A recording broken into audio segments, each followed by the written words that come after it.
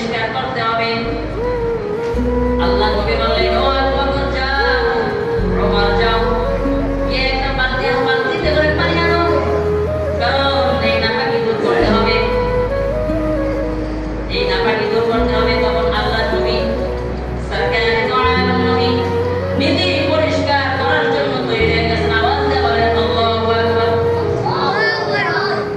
আল্লাহ নবী নিজে পরিষ্কার করার জন্য তৈরি হয়ে গেছে। কেউ সামনে আগায় না, ভয়, কেউ সামনে আগায় না। আল্লাহ নবী নিজে পরিষ্কার করার জন্য তৈরি হয়ে গেছে। যে আল্লাহ নবী পরিষ্কার করতেছেন, আল্লাহ নবী যে পরিষ্কার করা শুরু করছে, আর ওই ইহুদি ভিতর গিয়ে এসে বলে, ও নবী, না না, আপনি পরিষ্কার করবেন কেন? আমি পরিষ্কার করছি, আমি পরিষ্কার করি, আমি পরিষ্কার করি দেন। তাহলে আল্লাহ নবী প্রশ্ন করলেন, ও ইহুদি, তুমি কি জানতা না এটা মসজিদ ঘর? তুমি কি জানতা না এটা আল্লাহর পবিত্র ঘর? তুমি এখানে কেন প্রস্তাব করলা? তুমি কেন এখানে নাপাকি ফেলাইলা? তুমি কি জানতা না এটা আল্লাহর ঘর? বলেন, হ্যাঁ নবী জানি, হ্যাঁ নবী আমি জানি, কিন্তু আপনাকে একটা পরীক্ষা করার জন্য আসছিলাম। আপনাকে আমি একটা পরীক্ষা করার জন্য আসলাম। আমি তাওরাত হযরত মুসা আলাইহিস সালামকে একটা কিতাব দিয়েছিলেন, বলেন তার নাম কি? তাওরাত। বলে আমি তাওরাতের হাফেজ, আমার পুরো তাওরাতটা আমার মুখস্থ। ও আল্লাহর নবী, এই তাওরাতটা পুরো আমার মুখস্থ, এবং আমি প্রত্যেকটা জায়গায়, প্রত্যেকটা বিষয়ে এমন জায়গা দেখলাম না যেই জায়গায় আপনার প্রশংসা নাই। সুবহানাল্লাহ। আমি কোনো পৃষ্ঠায় দেখলাম না আপনার কোনো জায়গায় যে প্রশংসা নাই, প্রত্যেকটা পৃষ্ঠায় আপনার প্রশংসা। এই বলা মাত্র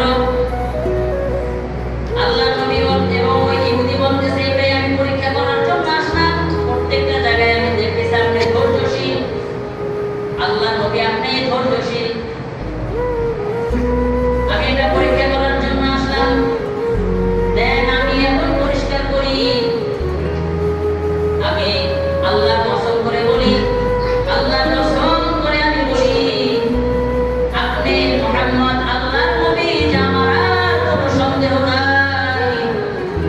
আপনি আল্লাহর নবী, আমার আর কোনো সন্দেহ নাই। আপনি আমাকে কালিমা পড়াইয়া দেন, কালিমা তাইয়্যিবা লা ইলাহা ইল্লাল্লাহু মুহাম্মাদুর রাসূলুল্লাহ।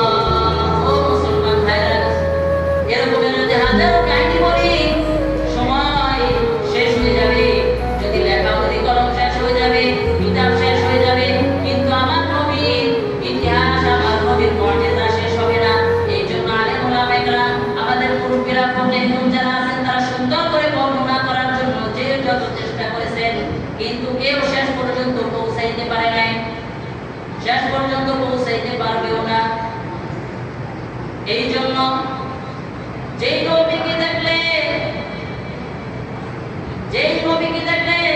মানুষ, সাহাবায়ে কিরামদের ক্ষুধা নিবারণ হয়ে যাইতেন।